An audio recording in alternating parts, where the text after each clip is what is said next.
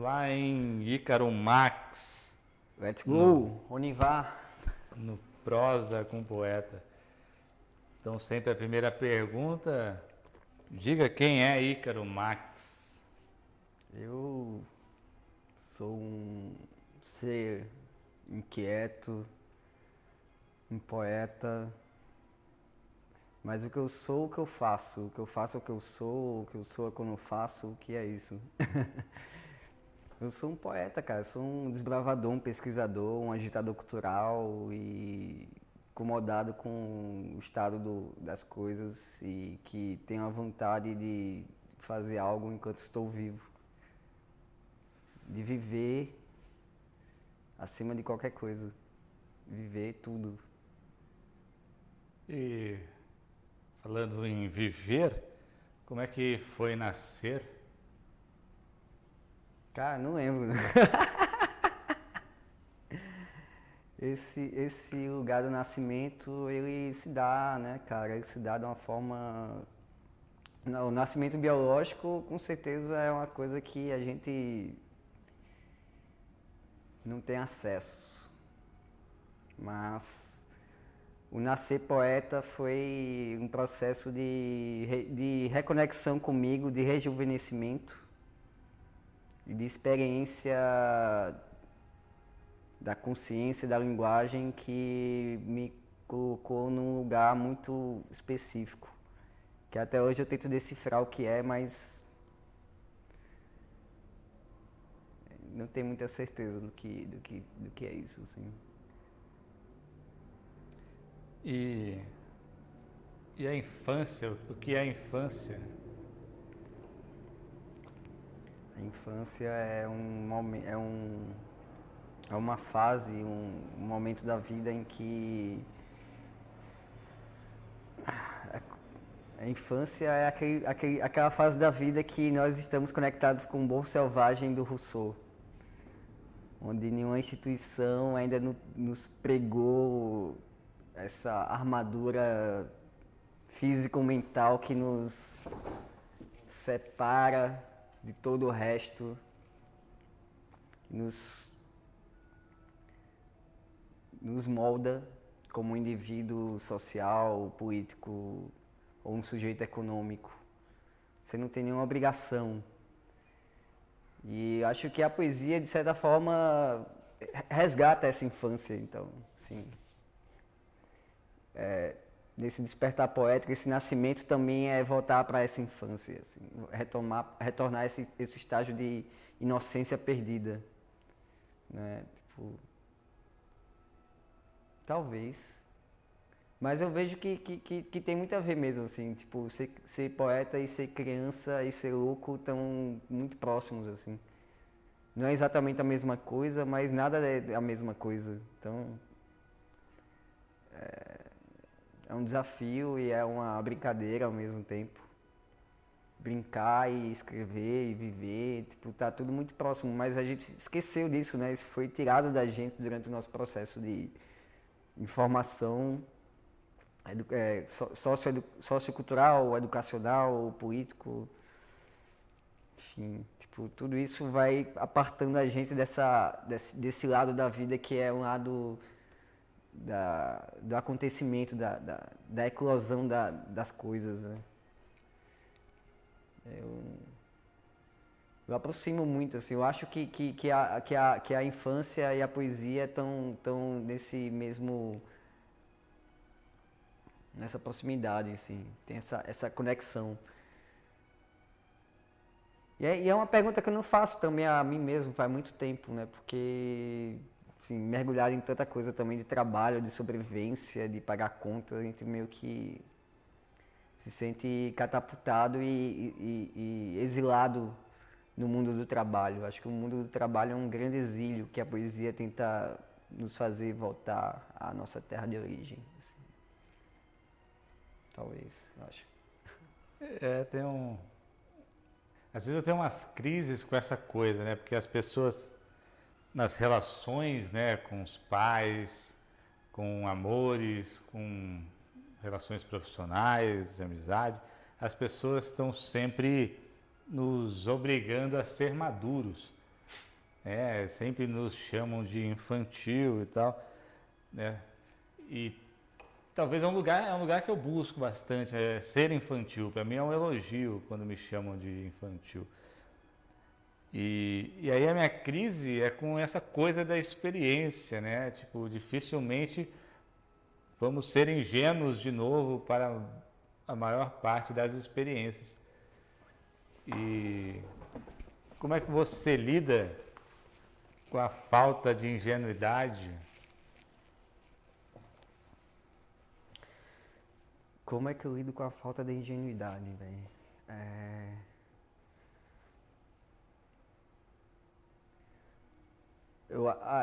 Ao mesmo tempo que existe um movimento nos levando em direção a uma forma de autoconsciência, a um despertar de consciência para as coisas mínimas, né, que vejo também como um movimento positivo, há algo que está se perdendo, como você mesmo está falando, que é essa coisa da ingenuidade, da leveza, porque a gente está cada vez mais trafegando num espaço que está ficando minimamente lapidado.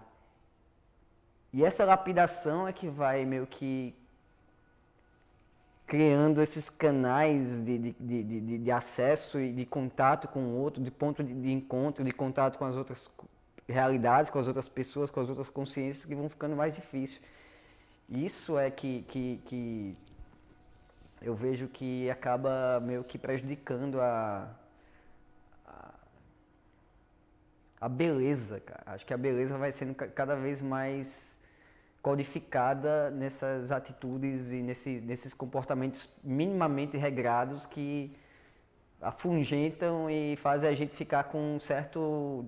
criar um certo distanciamento, um olhar carregado de juízo sobre essas coisas, esses acontecimentos espontâneos. Por isso que ser poeta num país como o Brasil ser artista num país como o Brasil é uma coisa muito, muito difícil, assim, muito, muito foda. E é um desafio de todos os dias, desde que você acorda e vai ditar, sabe? Tipo, no outro dia também você não tem certeza de nada. E hoje, né, com toda essa coisa de mídia social, há um policiamento cada vez mais ostensivo em relação a como você está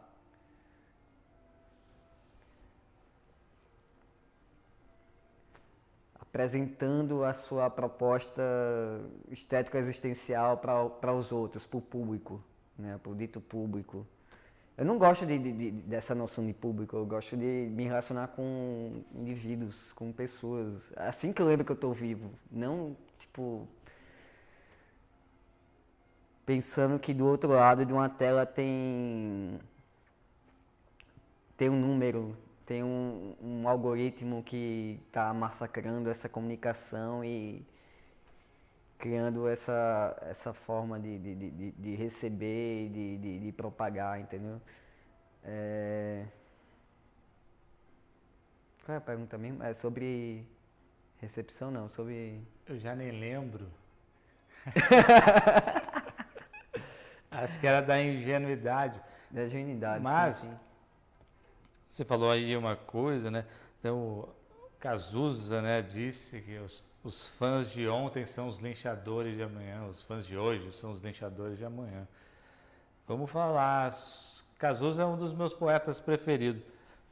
Fala pra mim qual é um dos seus poetas preferidos e por quê?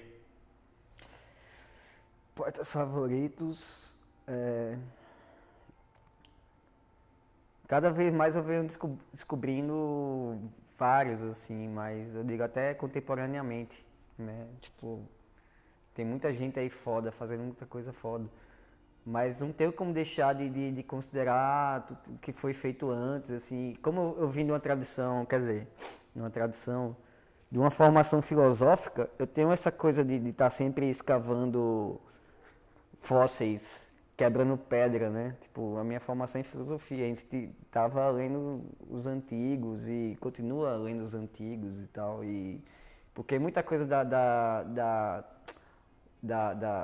das discussões contemporâneas e filosofia em outros campos também científicos acabam sendo, de certa forma, uma reformulação terminológica ou epistêmica de coisas que já foram, né, tipo, pensadas por outros seres como nós em outra época, né? Eles só não tinham a mesma tecnologia e algumas tecnologias sociais também, porque a tecnologia não é só o Homo faber que fabrica objetos, mas também fabrica valores e relações e modos de produzir, de se relacionar e de se organizar politicamente, e de se organizar de forma comunitária, né? E eu acho que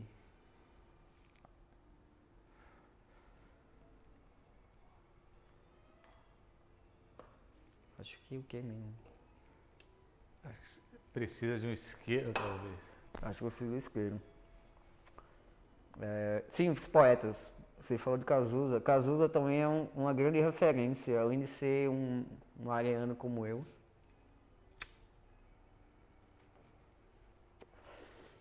Que de sua própria lavra também tem um trabalho magnífico.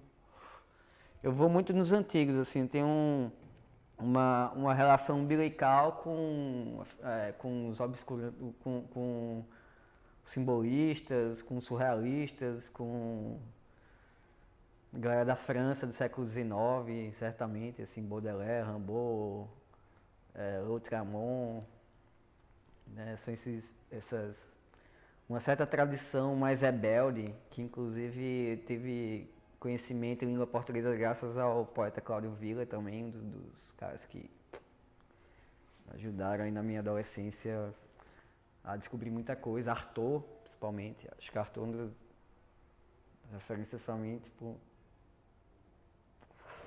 em poetas, mais isso assim, mas no Brasil a gente tem grandes poetas, né? Já citei o Villa, né? Falei, tem o Malte, né? Que é um cara que eu admiro muito também. O Torquato Neto, o Vale Salomão, uma galera da poesia marginal, assim, tipo, tem uma abordagem literária pautada nas experiências da vida mesmo, assim, sem dialetizando e trazendo na poesia os temas mais abstratos, mas também colocando eles como fenômenos que acontecem, físicos e espirituais, no contato do cotidiano, na vivência cotidiana, né? Tipo, acho que todos esses poetas que conseguem colocar a experiência humana na dimensão, seja na natureza ou na cidade, tipo, conseguem fazer essa tradução, conseguem criar uma experiência da linguagem que abarque todas essas dimensões metafísicas e reais. Eles são criadores que, de certa forma, me ajudam, me influenciam. Sabe quando você está naquela noite muito escura e que você não vê luz nenhuma, você abre um livro de poesia, de certa forma isso dá se abre um clarão, uma clareira no meio daquele inferno, sabe? Eu acho que a experiência da poesia tá muito conectado, tá muito vinculado a essa coisa de atravessar os infernos e de encontrar alguma luz, alguma sabedoria nessas cicatrizes que vamos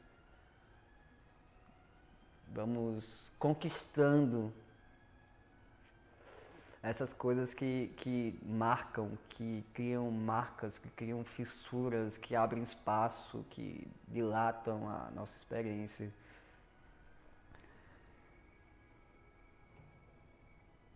Eu acho que um grande desafio também que a poesia me ajuda é como continuar. Tava até lembrando, assim, alguém me mandou um vídeo do Leminski, né? Falando sobre, é muito fácil ser poeta aos 17 anos, tal, com todas aquelas espinhas na cara, não sei o quê. Quero ver você ser poeta aos 37, aos 57, que é realmente você manter uma relação ainda viva e acesa com a vida, sem se apagar, sem se deixar apagar, porque está tudo ao nosso redor demolindo, desmoronando e criando essa noção de que o envelhecimento é um peso e as pessoas, a cultura fortalece muito essa percepção de que as pessoas que têm mais experiência, eu digo, que são mais velhas, não são sujeitos validados e, tipo, além também, né, de toda essa coisa da beleza, do fulgor, da energia. Sei lá, tem gente que prefere a poesia quando ela é uma poesia mais sintética e curta e com poucas linhas para simbolizar várias possíveis interpretações.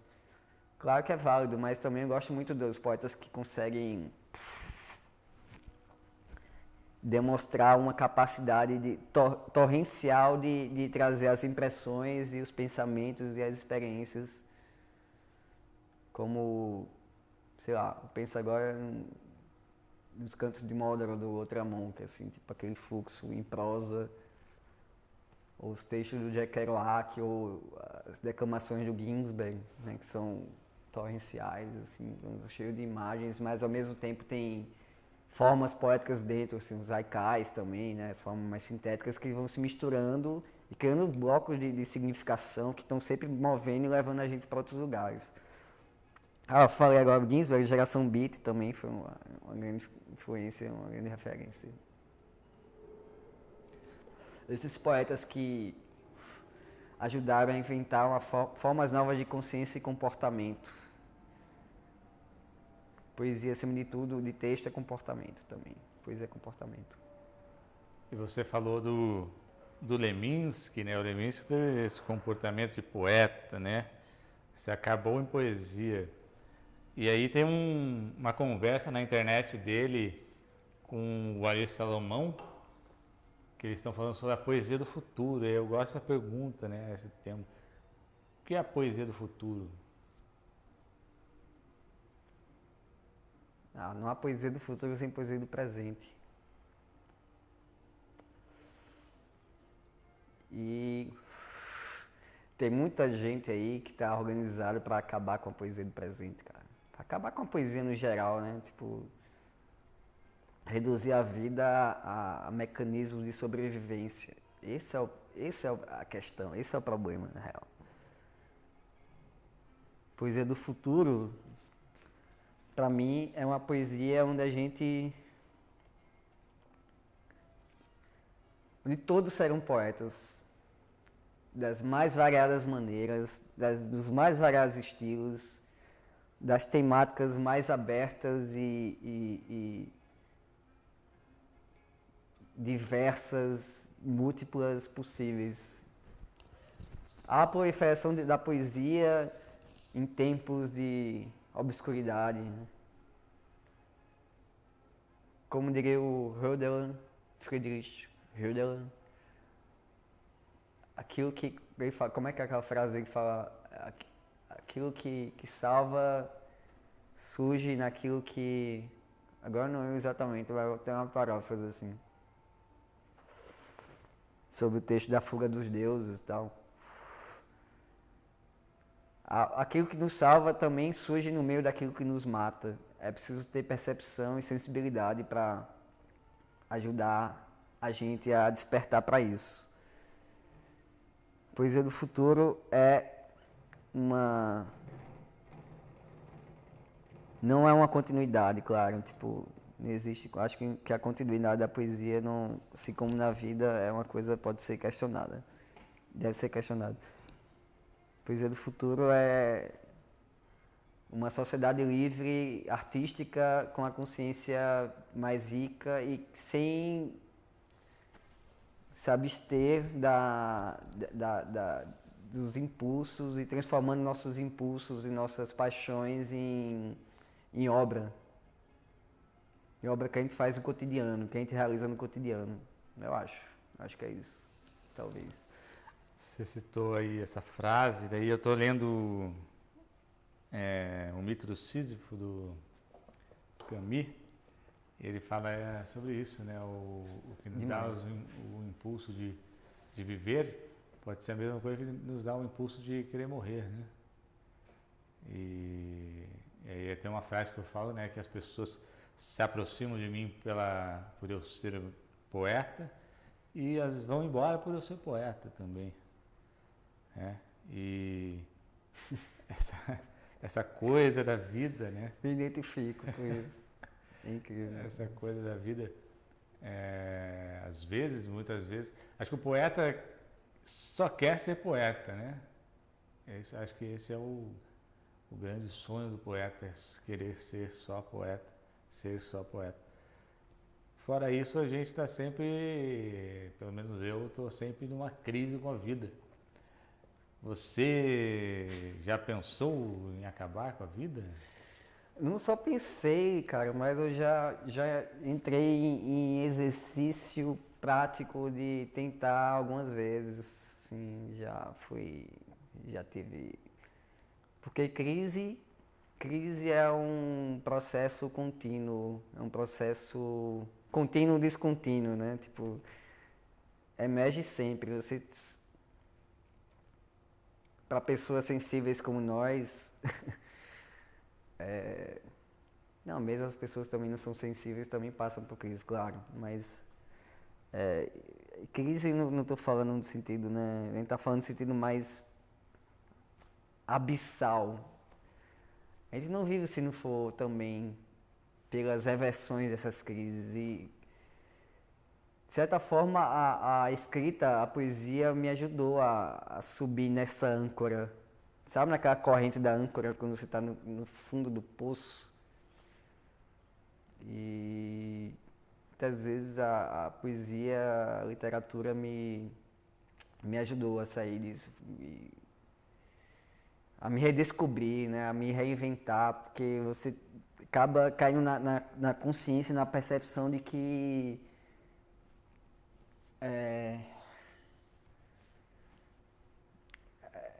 muitas vezes a gente se deixa levar também para esse buraco. A gente não percebe como a gente se deixa levar, assim.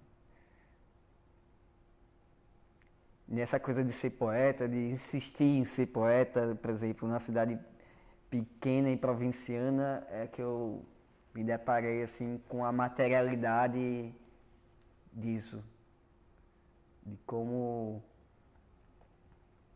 eu estava me deixando penetrar e conduzir pela opinião da média das pessoas, pela consciência mesquinha, pela sensibilidade mesquinha. E cara, a gente não pode deixar, velho. Esse é o maior equívoco, velho. Mas claro, aí eu tive que me fuder bastante pra chegar a essa consciência, sabe? Também não foi sem risco, não foi sem medo, não foi sem perdas materiais, afetivas.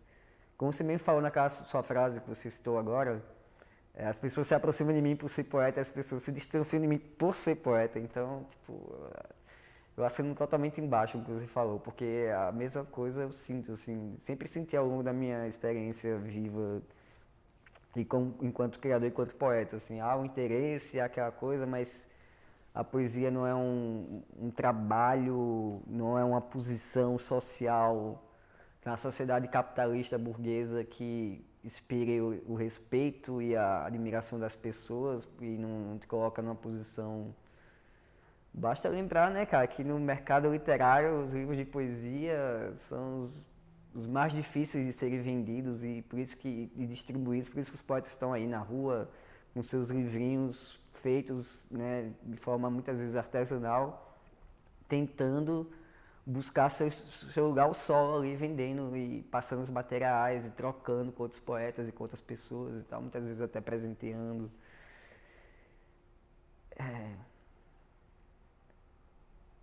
Viver e morrer ao mesmo tempo são dois lados da mesma moeda. Tipo, não existe a vida sem a finitude, não existe a vida sem essa decadência, vamos dizer assim, né? Sem esse ocaso, sem esse crepúsculo, né?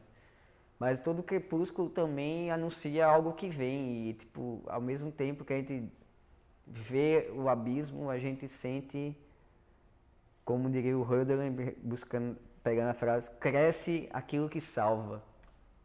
Ele fala, cresce, nesse lugar também cresce aquilo que salva. E aí é que tá. A gente precisa voltar para esse lugar com a consciência de que uma reorganização interna dos nossos afetos, das nossas crenças, dos nossos limites, vai nos ajudar a encontrar novas fontes de luz, novas fontes de vida, de alimentação espiritual. E a poesia tem um papel fundamental nisso, porque é a lembrança de que nós somos os criadores dessa vida. Porque o que é passado e ensinado a gente, né, no banco das escolas e pelas famílias, é que a gente só precisa, para prosperar, obedecer. Se enquadrar nos modelos, nos papéis sociais que nos são atribuídos. E é isso. E há uma certa noção histórica, né, baseada, estruturada nessa questão da pertença social, das classes, que também limitam a nossa consciência, nossa percepção desse papel criativo. E aí você vê como a arte vai devolvendo às pessoas, aos indivíduos, principalmente os marginalizados, uma postura diferente. Por isso que tem muita gente que né, dessa sociedade conservadora, das pessoas que estão em cima do poder, que se incomoda com pessoas pretas, trans, enfim, mulheres que estão cada vez mais se colocando nesse espaço de protagonizar a própria vida e reinventar o seu lugar, o seu ser e suas relações. Isso incomoda pra caralho, porque o jogo já estava montado, sabe? O tabuleiro já estava dado. E a questão era só jogar dentro desse jogo. E a gente não quer mais, a gente não quer jogar esse jogo. Você quer jogar esse jogo, cara? Eu não quero nada, na verdade. Eu sempre falo assim, eu sempre quis ser um vagabundo, mas como não deu certo, eu tive que fazer outra coisa da vida, né? A vontade mesmo era viver sem fazer nada, só pensando na beleza das coisas. Aliás, hoje eu escutei uma coisa bonita, né? Com o passar do tempo, dificilmente escutamos coisas bonitas, até porque a gente que trabalha aí com a beleza da linguagem, lê muitas coisas, as coisas bonitas vão ficando cada vez mais raras, né? Mas hoje eu vi uma coisa bonita. Minha companheira Bárbara, ela falou que uma vez ela foi numa entrevista de emprego, acho, e aí perguntaram que livro ela lê, como ela trabalha com RH, né? Perguntaram que livro ela estava lendo dela. Ela falou assim, não o livro que ela estava lendo, mas o livro que ajudou ela nas relações pessoais com as pessoas. Aí ela falou Grande Sertão Veredas. Aí a pessoa ficou assim meio espantada, porque geralmente elas pensam que as pessoas dessa profissão estariam ali lendo livros de psicologia ou de relações, né? Tem livros específicos de RH. Autoajuda e tal. Livro de coaching. Augusto Cury. E Bárbara é uma leitora de literatura, né? E ela falou isso. E é bonito, né? Isso, porque tem a ver com você perceber o mundo através da literatura, né? E não com pessoas querendo te ensinar coisas. A literatura acho que não quer te ensinar nada, a poesia não quer te ensinar nada. Eu não sei nem para que serve, na verdade. Eu não sei porque que a gente escreve. Quando eu escrevo, eu não estou querendo ensinar nada. Na verdade, eu estou me aliviando, né? Aí publicar é uma coisa doida também. Por que a gente publica, né? Por que você publica? Não sei, eu acho que de alguma forma muitas coisas que eu atravesso, por mais que sejam muito pessoais, por mais que muitos textos estejam escritas na primeira pessoa, tem o eu, tem o eu lírico, o chamado eu lírico e tal, o sujeito do poema, ao mesmo tempo que é pessoal, eu vejo que tem um lado absolutamente universal, que pode ser relatável com qualquer outra experiência dentro de determinadas circunstâncias específicas. Eu acho que publicar e compartilhar isso faz parte também de ajudar outras pessoas a atingir uma certa autonomia, não só intelectual, saca? Também, sim, te ajuda a ter mais ferramentas para lidar com a realidade, mas também para quebrá-la, para abrir determinados lugares e se infiltrar e mudar as circunstâncias, os problemas ou o ponto de vista ou a experiência dessas mesmas questões. Não é que seja sei lá, acho que tem muito daquilo do que o Terence falou, né? Nada do que é humano me é estranho.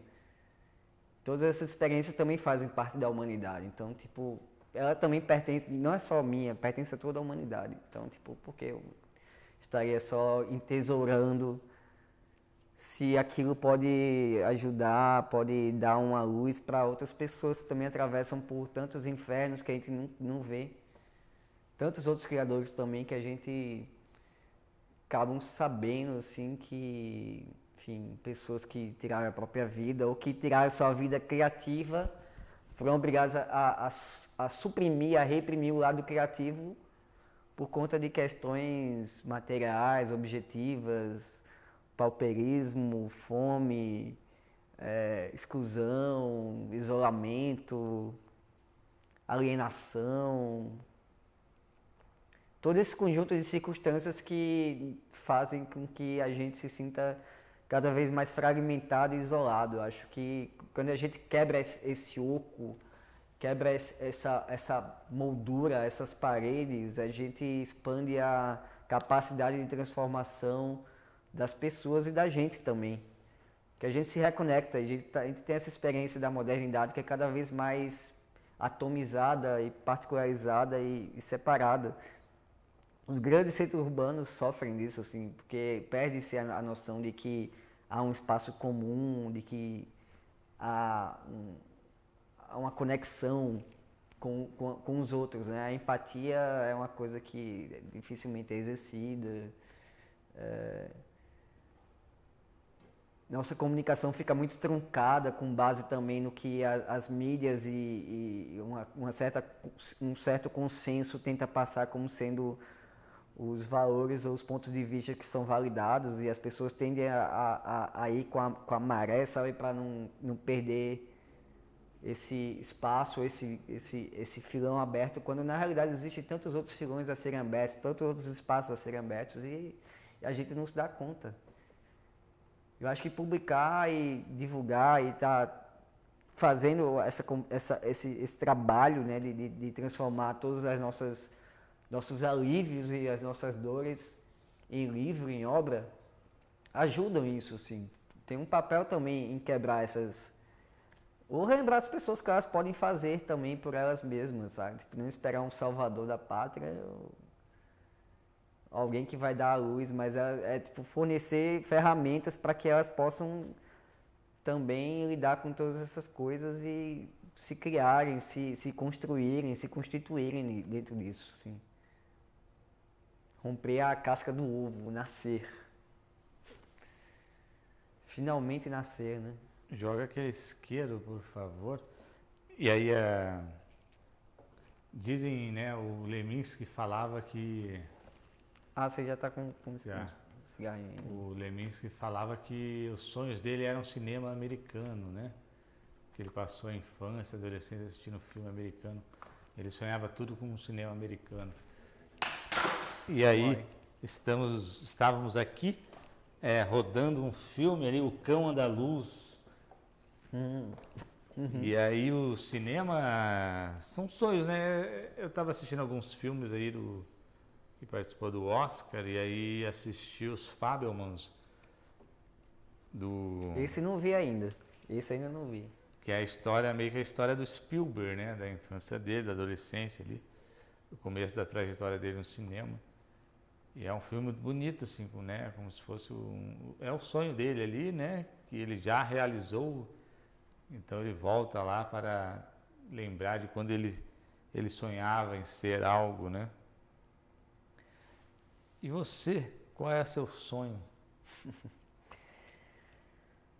Você falou do Spielberg, falou de cinema, eu vou falar do sonho, mas eu vou... Porque a sua fala me remeteu à minha primeira sessão de cinema.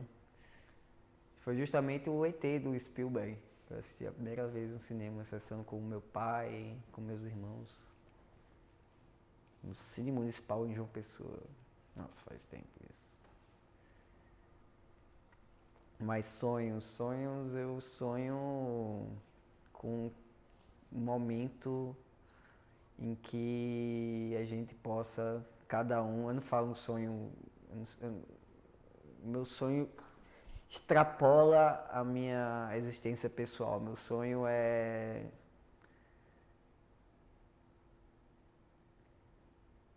o anarquismo vivido numa sociedade livre, com pessoas que em classes sociais,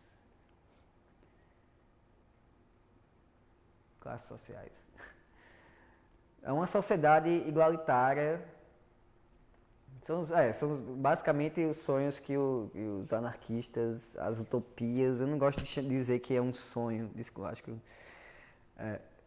eu não acho que seja um sonho, eu acho que é uma possível realidade, cara. Claro, talvez é provável que a gente não veja isso na nossa geração e nem na geração da minha filha, enfim. Mas com que a gente possa ter uma vida digna, rica, cheia de estímulos e paixões e bem resolvida em termos psicológicos, emocionais, econômicos, onde existe espaço para todo mundo. Eu digo todo mundo, é todo mundo mesmo, todo mundo. Que isso não representa a aniquilação da espécie. Que a gente não precisa chegar a um genocídio, a um holocausto, ou a um delírio totalitário de alguém que se ache super maior que as outras pessoas, melhor que as outras pessoas e queira impor um projeto ou uma ideia, como já aconteceu e como vem acontecido e está sendo recrudescido por setores alimentados pelo ressentimento. Meu sonho é que esse ressentimento se dissipe, que a gente consiga superar esse ressentimento que está matando nossas possibilidades sociais, culturais, econômicas, espirituais. Nesse tempo onde a gente tem tanta riqueza material, intelectual, artística, e que não é utilizado porque sobreviver virou uma selva. Se tornou um matadouro, velho. As pessoas estão se matando. Não só as outras, mas a si próprias também, num ritmo de trabalho, de mergulhar e ficar horas em telas. Eu vejo pessoas queridas, tipo, que adoecem, que estão adoecendo porque não conseguem achar tempo para fazer as coisas que gostam, porque precisam estar nisso, imersos em trabalho, em mais volume de trabalho, porque nunca é o suficiente, e o que recebe pelo trabalho nunca é bastante, ou não consegue manter a vida, fazer a manutenção básica da vida, né? Então os meus sonhos atravessam isso, atravessam uma forma de acordar subjetivamente para um despertar revolucionário externo, social, e que vai virar esse mundo de cabeça para baixo e que vai transformar todas as coisas. E é isso, eu acho que é isso. Meu sonho é esse. Eu acho que eu estou sonhando em virar uma inteligência artificial, cara. Você quer ser o chat GPT? Quero conversar com o Roger, cara. Nosso amigo Roger Thierry. Acho que o Roger está em caso de amor com a máquina. Mas é que tá, tipo, há sonhos que entram nesse espaço também, né? O sonho ciborgue, o sonho do pós-humano, o sonho da revolução pós-biológica, pós-orgânica, em que nós iremos expandir nossas capacidades cognitivas e musculares, seja por indução de drogas, seja por a transformação, a implementação de membros, como é que posso dizer? Biônicos e tal, tipo, expandir a performatividade, mas ao mesmo tempo que eu vejo nisso tá também a ideologia, o imperativo do capitalismo, né? Produzir mais, você ter mais energia e mais disposição para trabalhar, para não sei o que, para gerar lucro, para... Então, tipo, tem alguns sonhos que são muito armadilhas, né? Então, é preciso ter um pouco de cuidado. Não sou antiprometeico, né? Não sou contra a expansão tecnológica, não sou aquela pessoa que acha que voltar aos acampamentos vai resolver, as comunidades primitivas vai resolver nada, assim. Até porque nessa etapa histórica já é impossível, né? A gente vive num mundo hiperconectado, globalizado, onde todas as trocas, tudo depende de tudo. A gente está acompanhando agora, né, no Dia Internacional da Poesia, as notícias que estão pipocando nas mídias são Credit Suisse e banco não sei o que em crise e tudo isso me faz pensar mesmo como a gente tá ferrado, cara. E que esse sonhar, isso não é um sonho, isso é um pesadelo. Quem precisa despertar desse pesadelo. E tudo passa por você, por mim, por quem vai assistir isso aí, por todo mundo, cara. Se alguém assistir isso aqui, se chegar nesse minuto 42, essa pessoa é uma heroína. Merece. Agora vamos chegando ao final, e como todo final, é a questão da morte, né? Aí, pô, a gente aí que às vezes quer morrer um pouco, né? De alguns dias queremos morrer. Mas tem um amigo que quer muito morrer, mas assim, as falas dele quando ele acha que vai morrer, é sempre com medo. Aí é a pergunta que eu falo sempre, né? Você tem medo de morrer?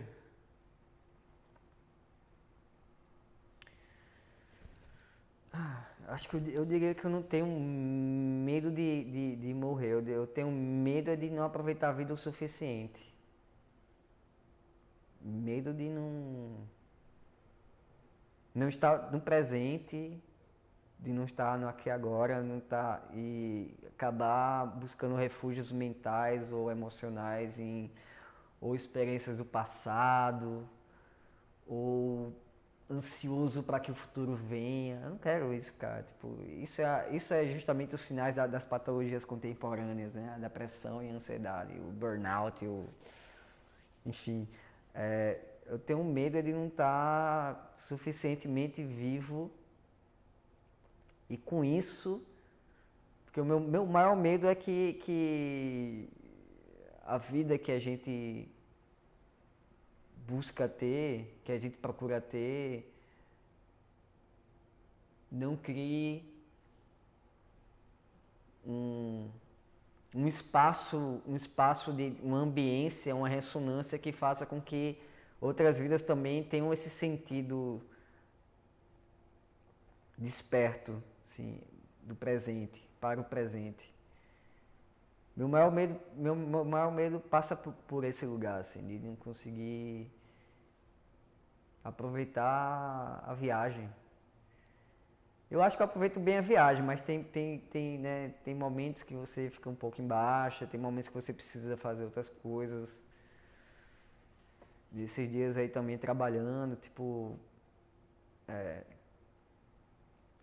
eu acabo meio que ficando um pouco enfurnado, mas eu sei que é tudo temporário, então eu tô em paz também com isso. Eu não tenho medo de morrer, eu tenho medo de não viver o suficiente, tenho medo de não deixar algo com que os outros seres humanos,